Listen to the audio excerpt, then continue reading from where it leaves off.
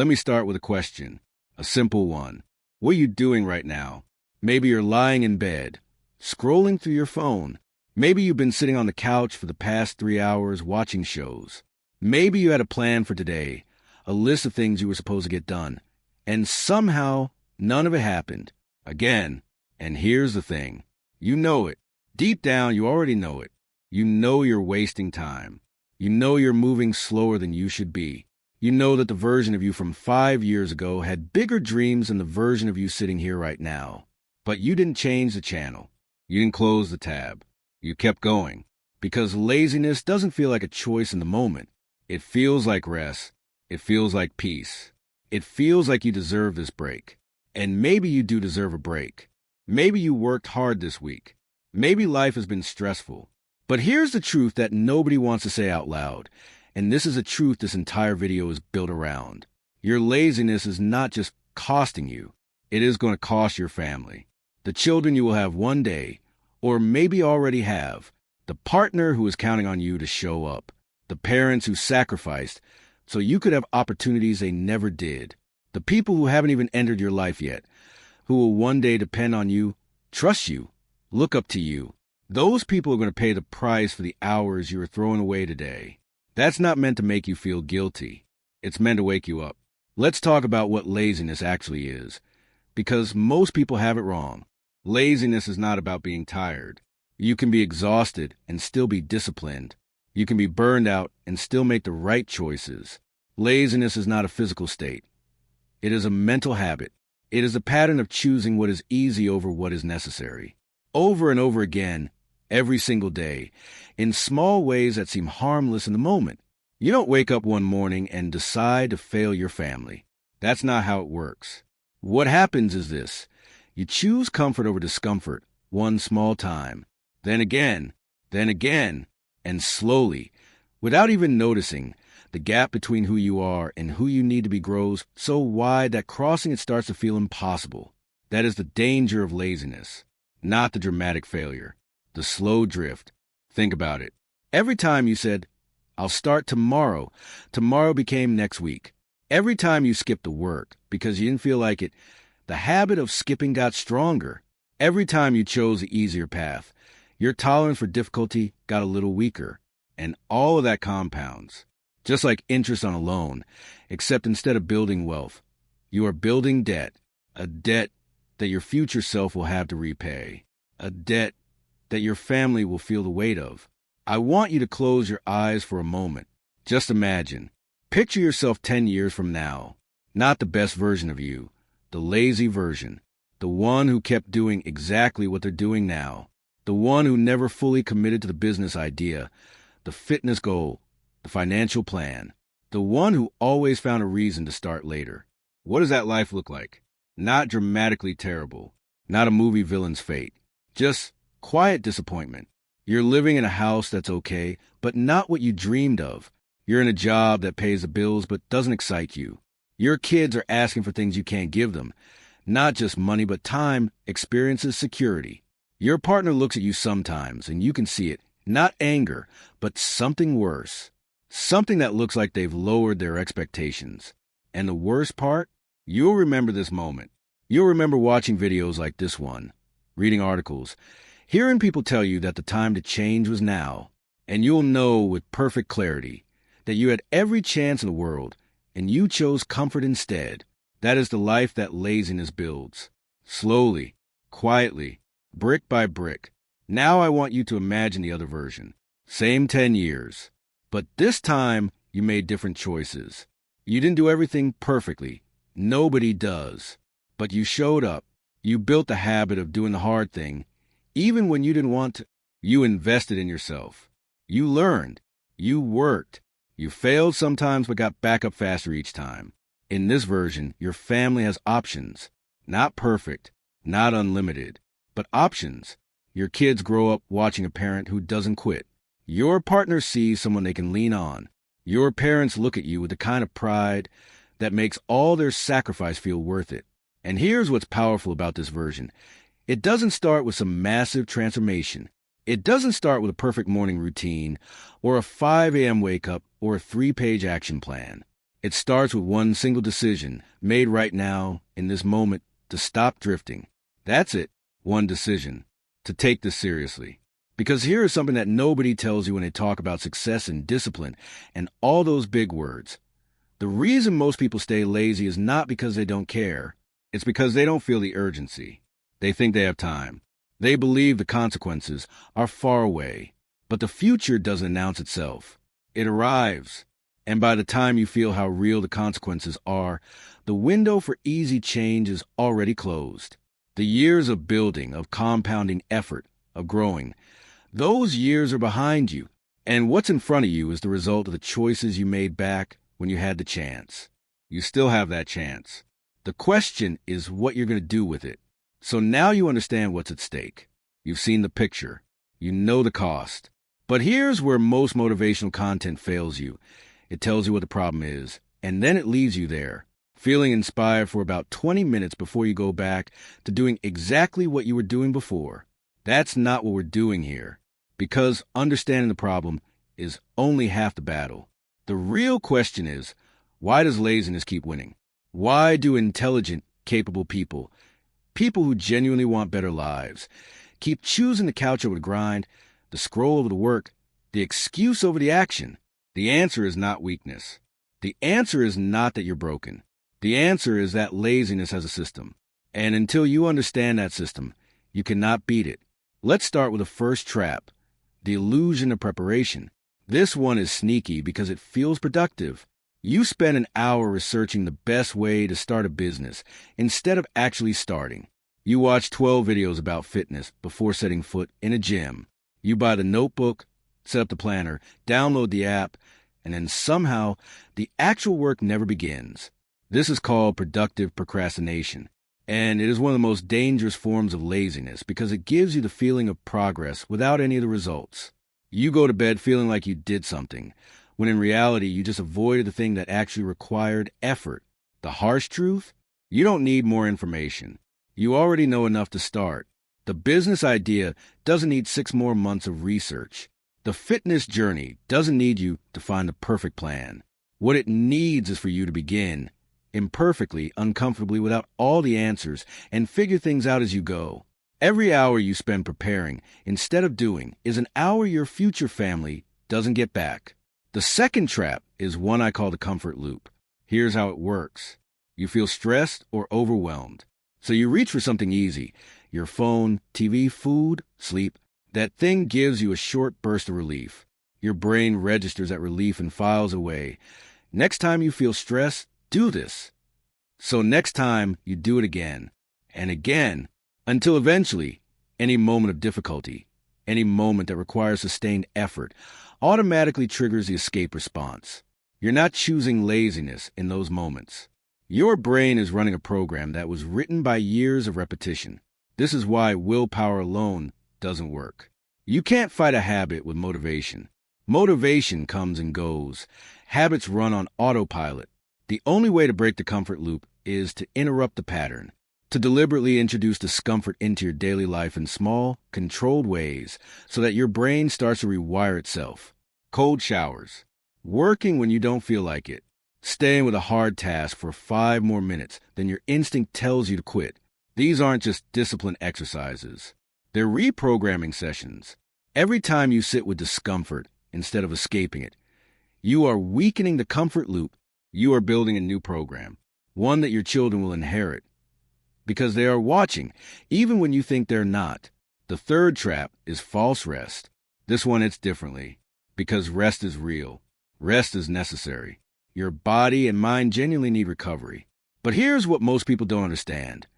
Scrolling through social media for 2 hours is not rest. Watching television until midnight is not rest. Lying in bed on your phone is not rest. These activities don't restore your energy. They drain it differently. They flood your brain with dopamine and stimulation. They disrupt your sleep, and they leave you feeling more exhausted the next morning than if you had just gone to sleep. You wake up groggy, unmotivated, heavy, and you wonder why you can't seem to get started. Real rest is sleep. Real rest is time in nature. Real rest is a walk without your phone, a conversation with someone you love, a meal eaten slowly and without a screen. Real rest actually recovers you. False rest just delays the exhaustion. The people who are building something, who are putting in years of consistent work and still have energy at the end of the day, they have learned this distinction. They protect their real rest fiercely, and they have stopped calling avoidance by the name of recovery. Now, let's talk about the fourth trap, and this one is the deepest, the identity problem. At some point, without saying it out loud, many people make a quiet internal decision. They decide who they are, and who they are is someone who struggles with discipline, someone who always starts things and never finishes, someone who's tried before and it didn't work, someone who's just not built for that level of consistency. And once that identity is in place, every piece of evidence confirms it. You skip a workout. Of course you did. That's just who you are. You procrastinate on the business. What did you expect? You've always been like this. The identity becomes a self-fulfilling prophecy. Here's what you need to hear. You are not your past patterns. Your history is not your destiny. The brain is plastic. It changes based on what you repeatedly do, not based on what you've done before. The person who spent years being lazy can become, through consistent action, someone who is wired for discipline, not because they found some secret or had some dramatic breakthrough, but because they changed what they did every single day until it changed who they were. Identity follows action, not the other way around. You don't decide to become disciplined and then act disciplined. You act disciplined, badly at first, inconsistently, with setbacks, and slowly you become it. So let's bring this together. The 4 traps keeping you stuck: productive procrastination, the comfort loop, false rest, and the identity problem. These are not character flaws. They are patterns. And patterns can be broken. But here's what I need you to understand before we get to the next part of this conversation. These patterns don't just affect you. They become the environment your family lives in, the culture of your home, the model your children absorb before they even understand what a model is. A father who quits teaches his children that quitting is acceptable.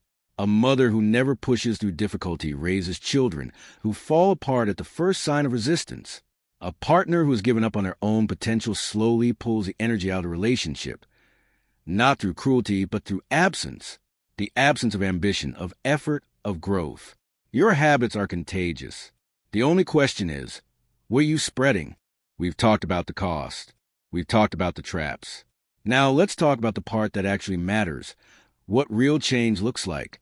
And I have to warn you up front, this is not going to be what you expect.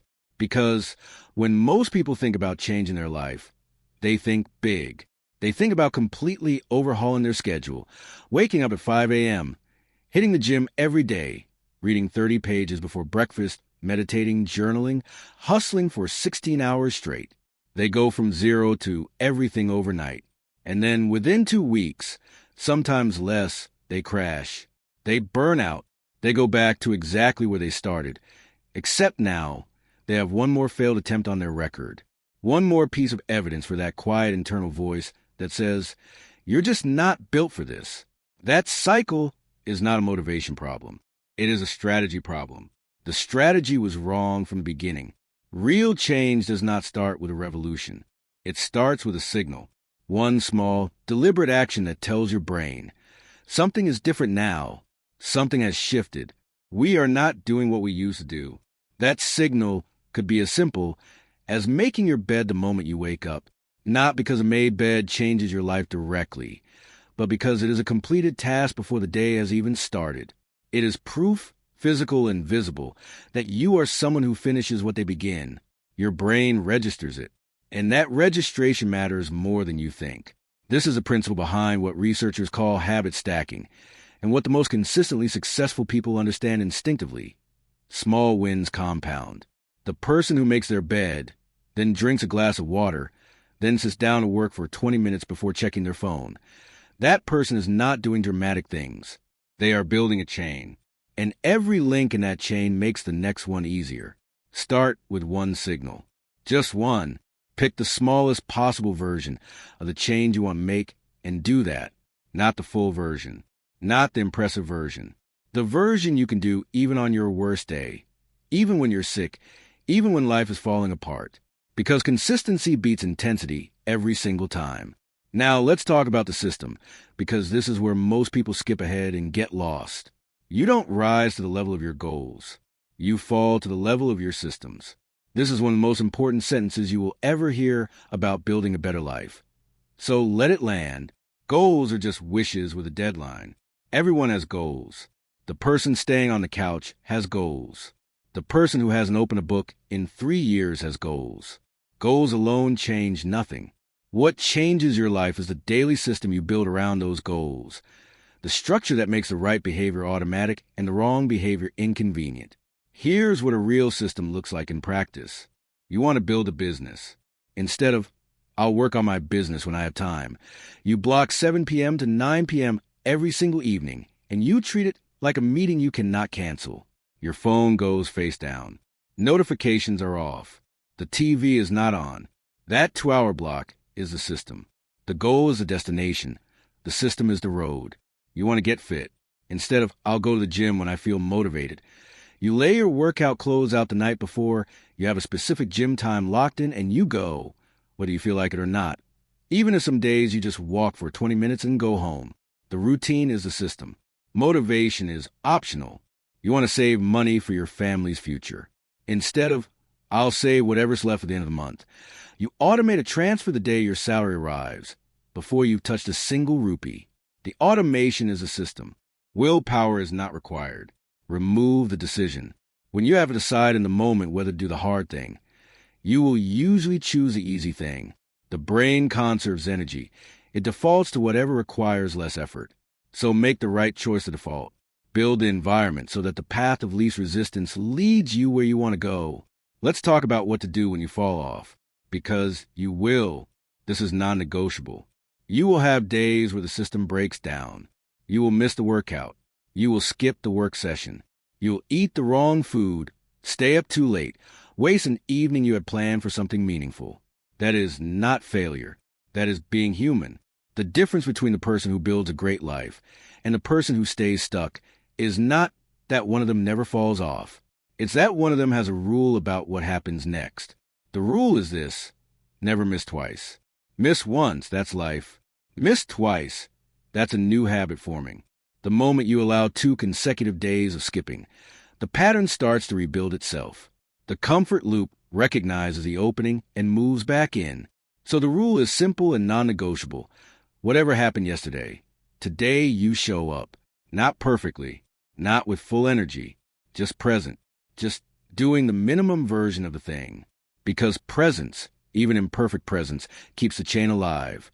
1 day off is a rest. 2 days off is a beginning of quitting. Know the difference.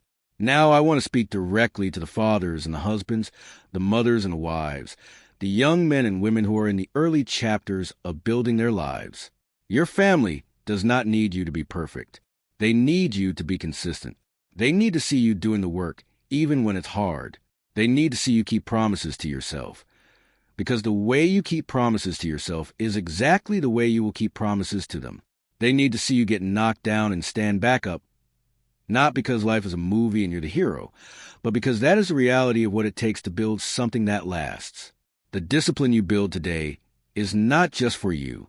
Every habit you lock in, every morning you choose effort over ease, every time you sit down and do the work when your mind is telling you to quit, that becomes part of the inheritance you leave. Not in a will, not in a bank account, in the way your children carry themselves when things get hard. Because children don't do what you tell them. They do what they watch you do, every single day. We have covered a lot of ground in this video.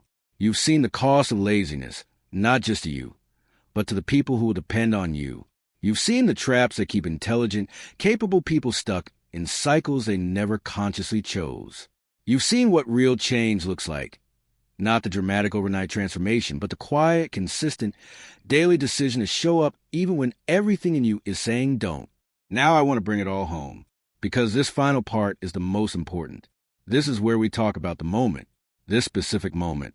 Right now, there is a concept I want you to understand, and it is called the cost of delay. In finance, the cost of delay is simple. Money invested today grows more than the same money invested tomorrow because of compound interest. The earlier you start, the more time your investment has to grow. Waiting 1 year doesn't just cost you 1 year of returns. It costs you all returns that 1 year would have generated, compounded forward across every year that follows. Your life works exactly the same way. Every year you delay building discipline costs you more than just that year. It costs you the person you would have become by now if you had started then. It costs you the opportunities that would have opened because of the skills you would have built. It costs you the financial stability, the physical health, the mental clarity, the relationships, all of it compounding forward from the moment you chose to begin. The person who starts at 25 and the person who starts at 35 are not just 10 years apart. They are worlds apart. Because 10 years of compound growth in habits, in skills, in finances, in character create a version of you that the 10 years later version has no shortcut to reach. Every day you wait is not a neutral day. It is a day of negative compounding. The gap is quietly growing. And the longer you wait, the harder the climb back becomes. I want to tell you something that might be uncomfortable to hear, but I'm going to say it anyway because you need to hear it. The people in your life who love you, your parents, your partner, your children, they are not going to tell you this. They will support you. They will be patient with you. They will make excuses for you and love you through your worst seasons. That is what love does. But love also absorbs consequences. When you don't build financial security, your family lives with financial stress. They don't say it. They carry it. When you don't take care of your health and you get sick, your family reorganizes their lives around your illness. They don't blame you. They just quietly pay the price. When you never fully show up to your potential, the people around you shrink their own dreams a little because they watch someone they believe in choose less. And it teaches them, without a single word being spoken, that choosing less is what people like us do. The people who love you will never send you the bill, but the bill exists, and it is being quietly accumulated in missed opportunities, in stress absorbed, in ceilings lowered, in dreams quietly set aside. You have the power to change that, not someday. Now, let me give you 3 things to do before this video ends. Not a 10-step plan, not a 90-day challenge. 3 things. Today, the first thing, write down one area of your life where laziness has cost you the most. Not a list. One area. The one that, if you're honest with yourself, hurts the most to look at. Maybe it's your finances. Maybe it's your health. Maybe it's a business you never started, a skill you never built, a relationship you never fully invested in. Write it down. Look at it. Name it out loud if you have to, because you cannot fix what you are not willing to face. The second thing, decide on one action, the smallest possible action that moves you forward in that area. Not the full solution, not the complete plan. One step, 20 minutes of work on the thing you've been avoiding, one phone call you've been putting off, one application you haven't submitted, one conversation you've been scared to have, just one, and do it before you sleep tonight, not tomorrow. Tonight, the third thing, tell someone, a friend, a partner, a family member, anyone. Tell them what you're going to do, not the big vision, the small action you just committed to, because accountability is not weakness. Accountability is leverage. When you say out loud to another human being, the stakes become real, the invisible becomes visible, and your brain, which is very good at protecting your comfort, suddenly has to contend with the social cost of quitting. 3 things, one area, one action, one person, before tonight. I want to close with this. Somewhere in your future, there's a version of your family living a life that you built for them. Not luck, not circumstances, not who your parents were, or what city you grew up in, or what opportunities you were handed or denied. What you built, day by day, choice by choice, morning by morning. That family is going to eat at a table you set. They are going to sleep in security you created. They are going to carry confidence and resilience and a sense of possibility that came directly from watching you refuse to give up on yourself. Or they are not, because you chose comfort. Because today felt hard and tomorrow felt far away, and the couch was right there, and the work could always wait one more day. Both futures are available to you. Both are being built right now, in real time, by the choices you're making today. Your future family cannot speak to you yet.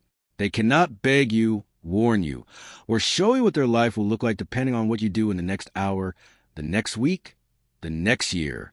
But if they could, I think they would say one thing. Please, don't wait.